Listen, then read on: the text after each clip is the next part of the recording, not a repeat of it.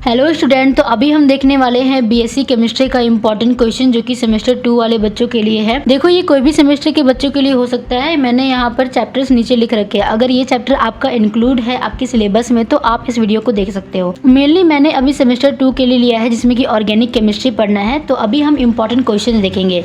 तो सबसे पहला चैप्टर है basics of organic chemistry. Second chapter में हम देखेंगे स्टीरियो केमिस्ट्री का इंपॉर्टेंट क्वेश्चन। थर्ड चैप्टर है केमिस्ट्री ऑफ एलिफेटिक हाइड्रोकार्बन जिसमें हमें एल्केन्स पढ़ना है, एल्कीन्स पढ़ना है, एल्काइंस पढ़ना है एंड साइक्लो एल्केन्स के बारे में पढ़ना है।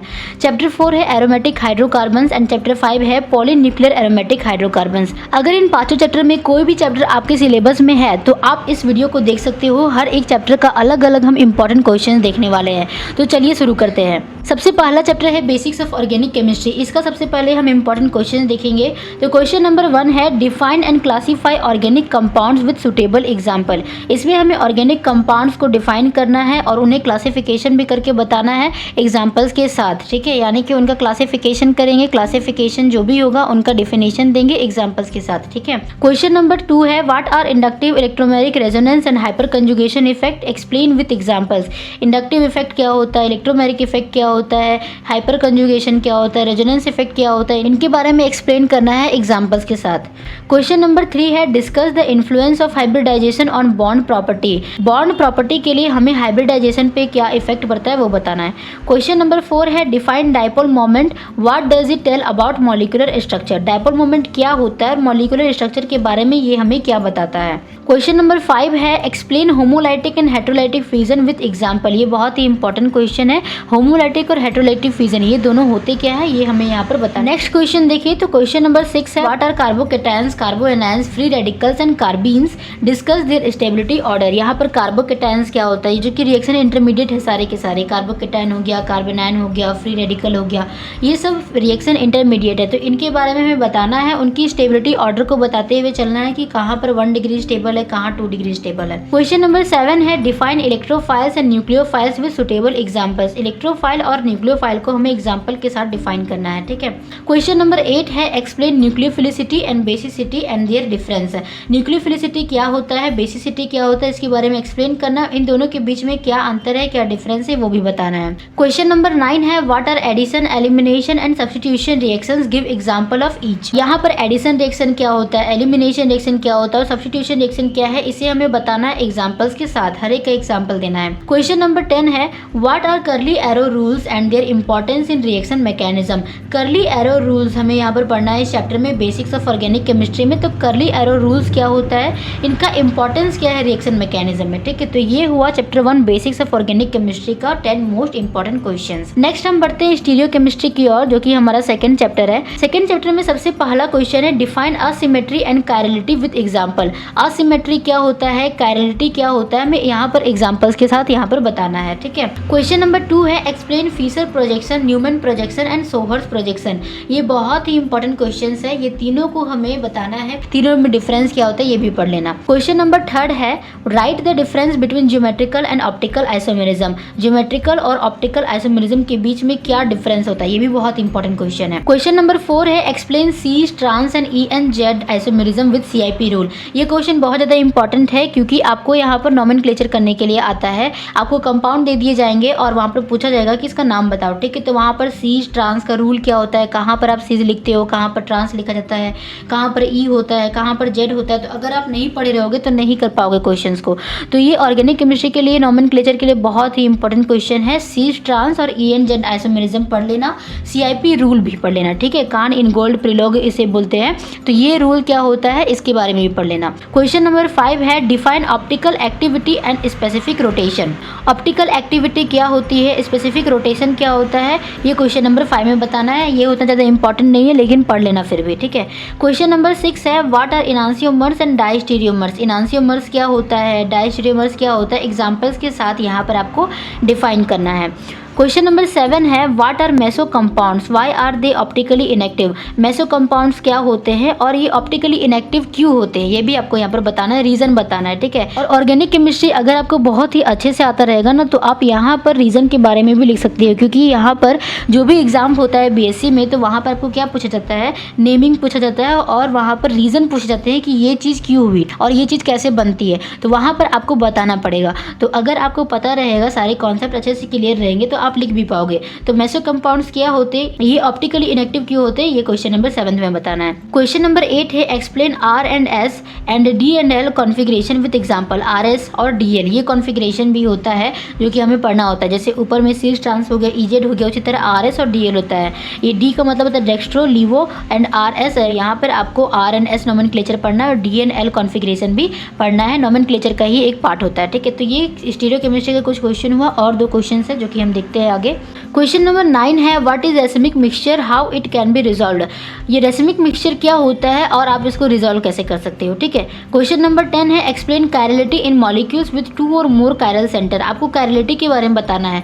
ये इंपॉर्टेंट क्वेश्चंस नहीं है लेकिन रीजन में पूछा जा सकता है कि कायरलिटी आखिरकार होता क्या है और कायरल सेंटर्स क्या होते हैं। अब हम नेक्स्ट चैप्टर की ओर बढ़ते हैं जो कि है केमिस्ट्री ऑफ एलिफेटिक हाइड्रोकार्बन, जिसे हमें एल्केन, एल्कीन, एल्काइन और साइक्लोएल्केन्स के बारे में पढ़ना है।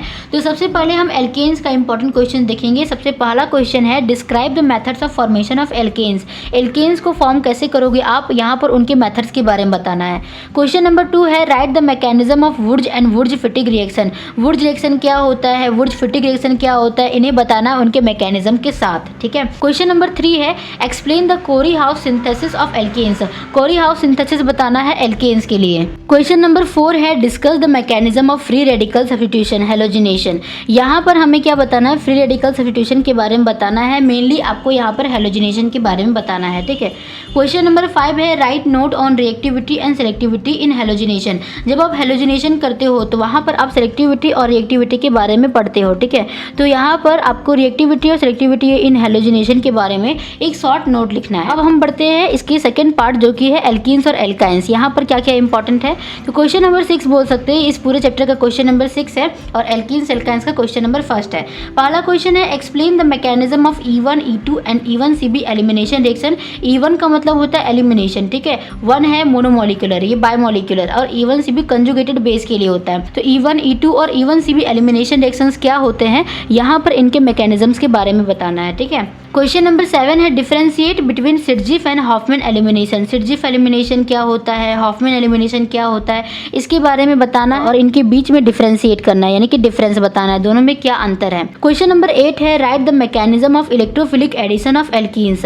हमें यहाँ पर एल्कीन्स का इलेक्ट्रोफिलिक एडिशन के बारे में बताना है, कुछ रिएक्शंस लिखने हैं और मैकेनिज्म भी यहाँ पर बताना है। Question number 9 explain Markovnikov and anti Markovnikov addition. Markovnikov rule क्या होता है, एंटी मार्कोनिकॉफ रूल क्या होता है। यहाँ पर एडिशन के लिए मेनली ये दोनों आते हैं, रूल्स होते हैं, तो इनके बारे में हमें यहाँ पर एक्सप्लेन करना है। क्वेश्चन नंबर 10 है write the mechanism of oxymercuration, demercuration and hydroboration oxidation. ये बहुत ही इंपॉर्टेंट क्वेश्चन है क्योंकि ये बार बार पूछा जाता है, एग्जाम में रिपीट होता है, ऑक्सीमर्क्यूलेशन, demercuration and hydroboration oxidation reaction, ठीक है। तो ये क्वेश्चन नंबर 10 बहुत ही ज्यादा इंपॉर्टेंट है। क्वेश्चन नंबर 11 है discuss ozonolysis and hydroxylation of alkenes. तो यहाँ पर आपको ओजोनोलाइसिस और हाइड्रोक्साइलेशन के बारे में बताना है एल्कीन्स का, ठीक है। ये जितने भी चैप्टर्स है ना उसमें एल्कीन्स और एल्काइन जो चैप्टर है, मेनली एल्कीन जो होता है बहुत ही ज्यादा इंपॉर्टेंट होता है, तो कुछ करो ना करो एल्कीन का क्वेश्चन जरूर कर लेना, ठीक है। क्वेश्चन नंबर 12 है explain the dials-Elder reaction with example. Dials-Elder reaction क्या होता है, इसे एग्जांपल्स के साथ बताना है, ठीक है। क्वेश्चन नंबर 13 है हमारा explain allylic and benzylic bromination with mechanism. Mechanism के साथ आपको एलाइलिक और बेंजाइलिक ब्रोमिनेशन के बारे में बताना है। क्वेश्चन नंबर 14 है why are alkynes acidic in nature. Alkyne जो होते हैं एसिडिक क्यों होते हैं नेचर में। अभी ये चीज बहुत ज्यादा जरूरी है, एल्काइंस, एल्कीन्स और एल्केन तीनों में ज्यादा एसिडिक कौन होता है, तो एल्काइन होता है। क्यों होता है, तो ये आपको रीजन यहाँ पर बताना पड़ेगा। क्वेश्चन नंबर 15 और एल्कीन एल्काइन का सबसे लास्ट क्वेश्चन है describe electrophilic and nucleophilic addition reaction of alkynes. Alkynes का आपको इलेक्ट्रोफिलिक रिएक्शन बताना है और न्यूक्लियोफिलिक रिएक्शन बताना है, ठीक है। एडिशन रिएक्शन वो भी होना चाहिए, सब्स्टिट्यूशन नहीं। इलेक्ट्रोफिलिक एडिशन रिएक्शन और न्यूक्लियोफिलिक एडिशन रिएक्शन किसके लिए, एल्काइंस के लिए, ठीक है। यहाँ पर हमारा एल्कीन एल्काइन का चैप्टर खत्म होता है और हम यहाँ पर बढ़ते हैं नेक्स्ट पार्ट में जो कि है साइक्लोएल्केन। साइक्लोएल्केन में सबसे पहला क्वेश्चन तो यही आता है आपका कि साइक्लोएल्केन्स आखिरकार होता क्या है, और यहाँ पर आपको एक्सप्लेन करना है बेयर्स स्ट्रेन थ्योरी को, ठीक है। ये क्वेश्चन नंबर 16 है चैप्टर 3 का। क्वेश्चन नंबर 17 है discuss conformation analysis of cyclohexane with energy diagram. Energy diagram के साथ आपको यहाँ पर कन्फर्मेशन एनालिसिस बताना है साइक्लोहेक्सेन के लिए, ठीक है। क्वेश्चन नंबर 18 है explain the chair board and twist board form of cyclohexane. जब आप साइक्लोहेक्सेन बनाते हैं तो वहाँ पर आपको चेयर स्ट्रक्चर बनाना होता है, बोर्ड और ट्विस्ट बोर्ड बनाते हैं, तो यहाँ पर ये वाला क्वेश्चन बहुत ज़्यादा इंपॉर्टेंट हो जाता है, ठीक है। इसमें से सबसे ज़्यादा इंपॉर्टेंट क्वेश्चन नंबर 17 बनता है। ये हमारा चैप्टर 3 कंप्लीट होता है। अब हम बढ़ते हैं चैप्टर 4 की ओर, जो कि है एरोमेटिक हाइड्रोकार्बन्स। तो यहाँ पर हमें बताना है एरोमेटिसिटी क्या होती है, इसे हमें एग्जाम्पल के साथ एक्सप्लेन करना है। क्वेश्चन नंबर 2 है state and explain Huckel's rule with example. Huckel's rule क्या होता है इसे आपको बताना है, लिखना है, एक्सप्लेन करना है एग्जाम्पल्स के साथ। क्वेश्चन नंबर 3 है explain the aromatic character of carbocation, carboanion and heterocycles. यहाँ पर आपको कार्बोकेटायन, कार्बोएनन और हेटेरोसाइकल्स के लिए एरोमेटिक कैरेक्टर बताना है, ठीक है। क्वेश्चन नंबर 4 है write the mechanism of nitration, sulphonation, halogenation and Friedel-Crafts reaction. हमने ऑर्गेनिक केमिस्ट्री में बहुत सारी चीजें पढ़ रखी है, नाइट्रेशन, सल्फोनेशन, तो इनका मैकेनिज्म क्या होता है ये एक्चुअली हम एरोमेटिक हाइड्रोकार्बन्स में पढ़ते हैं। तो यहाँ पर आपको नाइट्रेशन का, सल्फोनेशन का, हैलोजिनेशन का और फ्रीडल-क्राफ्ट रिएक्शन का मैकेनिज्म यहाँ पर बताना है। क्वेश्चन नंबर 5 है explain alkylation and acylation reaction with mechanism. यहाँ पर एल्काइलेशन हो गया, एसाइलेशन हो गया, इनके बारे में बताना है मैकेनिज्म्स के साथ। क्वेश्चन नंबर 6 है what is electrophilic aromatic substitution, EAS, ठीक है। इलेक्ट्रोफिलिक एरोमेटिक सब्स्टिट्यूशन क्या होता है ये बताना है। क्वेश्चन नंबर 7 है explain the directive influence of substituent with example. Directive influence of substituent क्या होते हैं, सब्स्टिट्यूएंट को कौन कौन सी चीजें इन्फ्लुएंस करती है, एग्जांपल्स के साथ बताना है।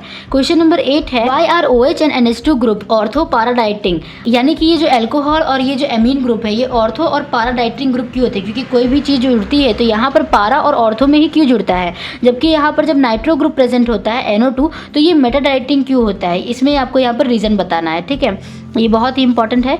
क्वेश्चन नंबर 9 है differentiate between activating and deactivating group.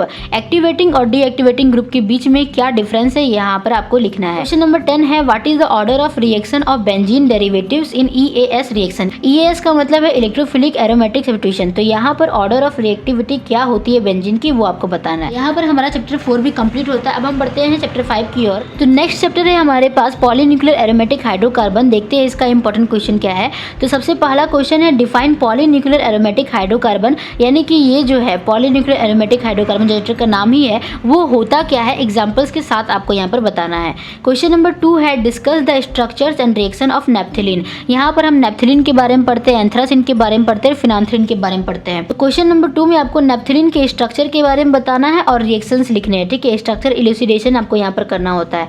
Question number 3 है discuss the structure and reactions of anthracene. Anthracene का स्ट्रक्चर के बारे में बताना है और इनका रिएक्शन के बारे में बताना है। कुछ भी पूछ सकता है, तो तीनों में कुछ भी इंपॉर्टेंट हो सकता है, तो सारी चीजें पढ़ लेना। क्वेश्चन नंबर 4 है discuss the structure and reactions of phenanthrene. Phenanthrene का स्ट्रक्चर के बारे में बताना और रिएक्शंस के बारे में बताना है। क्वेश्चन नंबर 5 है explain the electrophilic substitution reaction of naphthalene. आपको यहाँ पर नेप्थलीन का इलेक्ट्रोफिलिक सब्स्टिट्यूशन रिएक्शंस के बारे में एक्सप्लेन करना है। क्वेश्चन नंबर 6 है compare the reactivity of benzene, naphthalene and anthracene.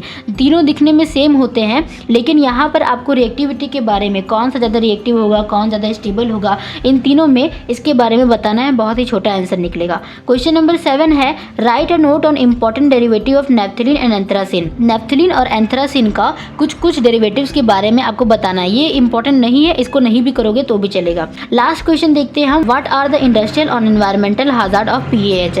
Polynuclear aromatic hydrocarbon का एनवायरमेंट में क्या इफेक्ट पड़ता है ये। तो ये दोनों क्वेश्चन उतना ज़्यादा इंपॉर्टेंट नहीं है, लेकिन ये ऊपर में जितना भी दिया हुआ ये सब कर लेना, ठीक है। तो आई होप तुम्हें समझ में आ गया होगा कि इंपॉर्टेंट क्वेश्चंस कौन कौन से हैं।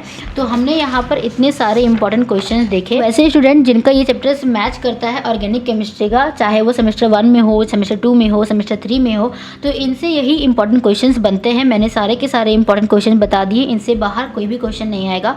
आप इन सबको पढ़ लोगे तो आपको पूरा चैप्टर का भी तैयारी हो जाएगा, पूरे इंपॉर्टेंट क्वेश्चंस की भी तैयारी हो जाएगी। तो यहाँ पर मैंने जितने भी क्वेश्चन बताए इन 5 चैप्टर्स में, इनका मैं आंसर भी दूंगी, तो इनका एक प्लेलिस्ट बना दिया जाएगा, तो आप उस प्लेलिस्ट को चेकआउट कर सकते हो और इनका इंपॉर्टेंट क्वेश्चंस के साथ आप अपने आंसर की भी तैयारी कर सकते हो। तो अगर आपको वीडियो अच्छी लगी, इससे कुछ भी इन्फॉर्मेशन मिली होगी, कुछ भी आपको थोड़ा सा भी बेनिफिट मिला होगा, तो वीडियो को लाइक करें, चैनल को सब्सक्राइब करें। मिलते हैं नेक्स्ट वीडियो में।